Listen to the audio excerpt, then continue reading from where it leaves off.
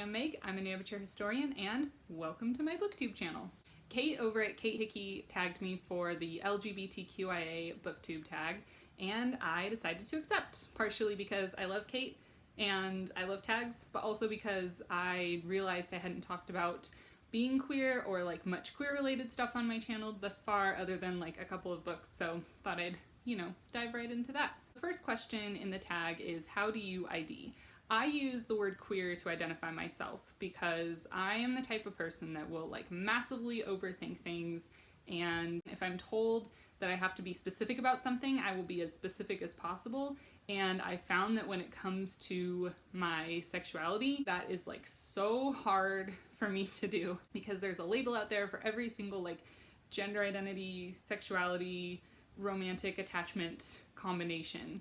And as I was trying to find labels for myself in college, I got really overwhelmed by like the number of options available, and I kept thinking that I found something that worked for me, and then something would happen that would make me question that, and I eventually decided that that was too much work. So I'm sticking with queer. That's what I like. If I'm in a situation where I need to be more specific or I feel like being more specific, I'll go with bi. That's probably the closest like label to describe me, but I prefer queer. It leaves room for a lot of ambiguity and changing my mind as I discover new things about myself and have new experiences. So queer it is. The next question is, who are your favorite LGBTQIA+ books and authors? I decided to just do books for this one because I'm definitely a books person more than I am an authors person, if that makes sense. I'll separate this by fiction and nonfiction. And so the first fiction recommendation I have is The Song of Achilles by Madeline Miller. I just read this as part of the Cramathon as Read a Book Outside of Your Comfort Zone. I said this before when I got this book. I'm not the type of person that reads books that will make me sad on purpose because I don't like being sad.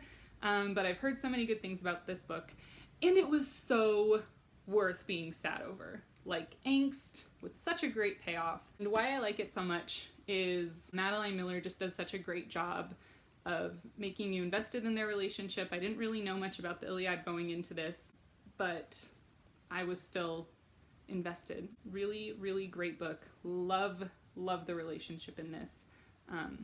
Highly recommend. My next fiction queer book recommendation is Carry On by Rainbow Rowell. Part of why I love this is just because it's really cute and it's really fun, but I also like this because I really like the way that Simon deals with his sexuality. I know that like Rainbow Rowell kind of gets some criticism for this. This might be an unpopular opinion, but I really actually like the way that Simon kind of comes to terms with his sexuality in this book, and he and Baz are just so cute. The next fiction recommendation I have is actually a comic book series, and that is The Young Avengers. Sorry about the glare. The Young Avengers. This is the omnibus of The Young Avengers. I think it collects Young Avengers 2013 numbers 1 through 15. Two of the characters are in a relationship. One of the characters is openly queer. It's really cute. It's really fun.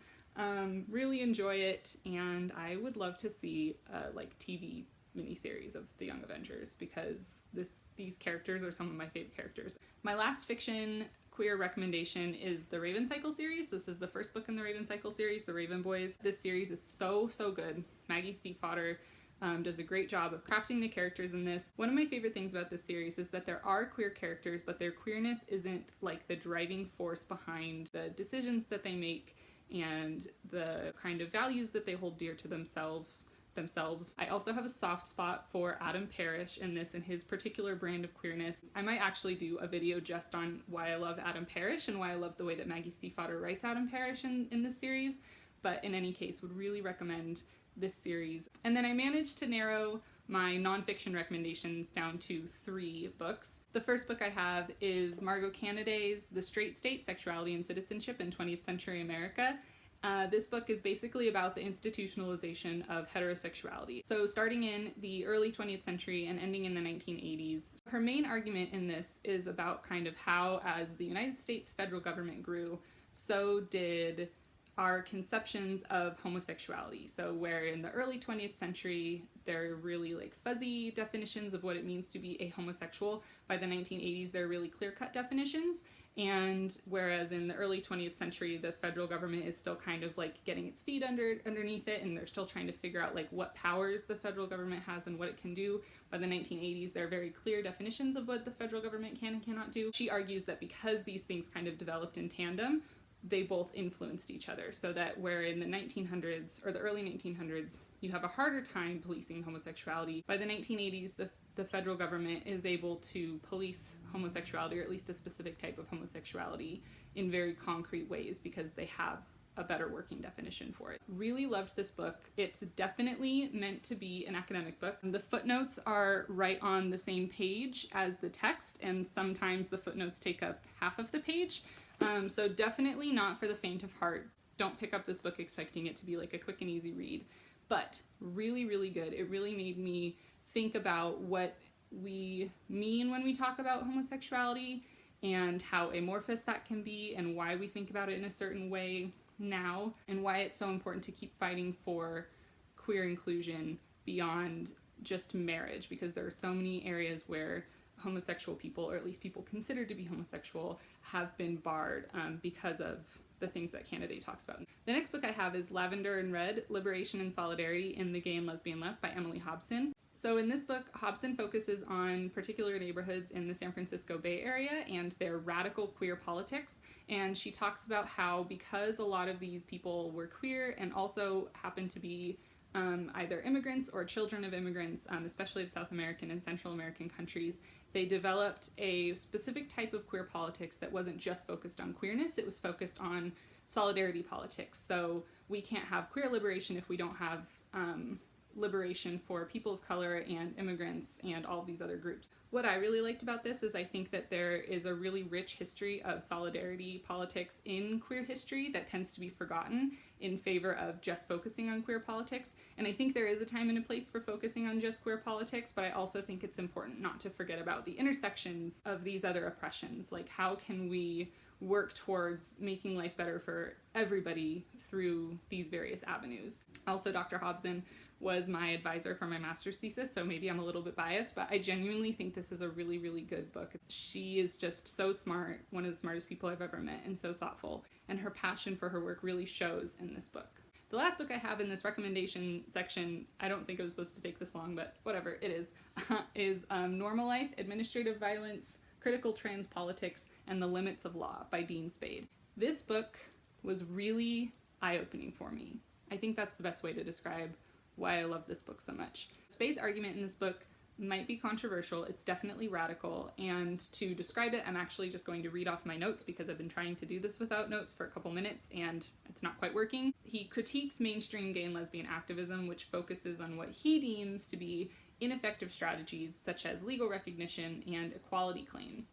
And he instead calls for a critical trans politics that encourages looking at correcting or reforming even structural forces of oppression. So not just working within the system to create legal recognition or avenues for things like discrimination, anti-discrimination law, but looking at why oppression occurs in the first place at a structural level and reforming the structure so that that's eliminated entirely. He uses trans politics as a lens through which to look at this concept because trans people often don't benefit from strategies of legal recognition and equality claims. So part of why Spade sees this rights framework as ineffective is because the legal system is unreliable. Trans people and people of color, especially queer people of color, can't really rely on legal enforcement of these policies because they're often subject to violence or discrimination at the hands of the police themselves. That's his argument. Again, it really blew my mind. He also has a really great section in here about rainbow capitalism. I know that's something that's popped up again this Pride Month, why we shouldn't really trust brands that sell rainbow stuff during the month of June and ignore queer oppression every other month of the year. So yeah, I really liked this book and we had a really great discussion about it in the graduate seminar that I read this in. So if you happen to read this book or if you've read this book, please talk to me about it. I love talking about this book and I think there's always new and fresh perspectives to look at. Okay, so that was question number 2 of 6 on the LGBTQIA Booktube tag. So took up a majority of this video, but again, really love those books. That's definitely not an exhaustive list of queer recommendations. I actually have a Goodreads shelf that's just queer recommendations that I will link down below. So the third question is, how often do you talk about LGBTQIA book-related topics and what videos of yours would you recommend for people to see what you think about these things. This is only my third video, so clearly I haven't been talking about it a lot, but I definitely try to read widely, and part of reading widely includes reading queer books, reading LGBTQIA books, and so hopefully I'll be talking about them a lot, but yeah, right now, don't really have anything specific to point people towards. Question 4 is, who are your favorite queer booktubers? So, of course, my numero uno favorite booktuber is Kate over at Kate Hickey, because she's my friend, and I really like all of the books that she reads and her reading taste and all the things that she has to say about queer stuff. Other booktubers that I like that talk about queer stuff are Rhiannon at Crescent Moon Reads, Leah at Leah Becks, and Emily at Possibly Literate. I don't know about all of their IDs in particular, but they all talk about queer books, and I know that some of them have actually done like specific Pride recommendations for the month of June. So definitely check out their channels if you're interested in seeing more queer content on your YouTube feed. Question 5 is, when did you first encounter an LGBTQIA character in fiction? I don't remember what book I read that included this first, but I was obsessed with the movie Rent when I was in elementary school. As a child, I didn't understand everything that was going on in Rent. I appreciate it a lot more now that I'm older, but yeah, I was like obsessed with that musical, and I think it provided a really good like subliminal base for building on thinking about different queer issues as I got older. And the last question is, do you have anything to add, and who would you tag? So as far as anything to add, like I said, I'm trying to read more widely. I was looking at my Queer Rex bookshelf to prepare for this video on Goodreads, and I found that I don't have a ton of diversity in that shelf. So if you have any recommendations for those, please, please, please throw them at me, and I will definitely put them on my to-read list. As far as who I would tag, I'm still new here, and the one person that I would feel most comfortable tagging tagged me.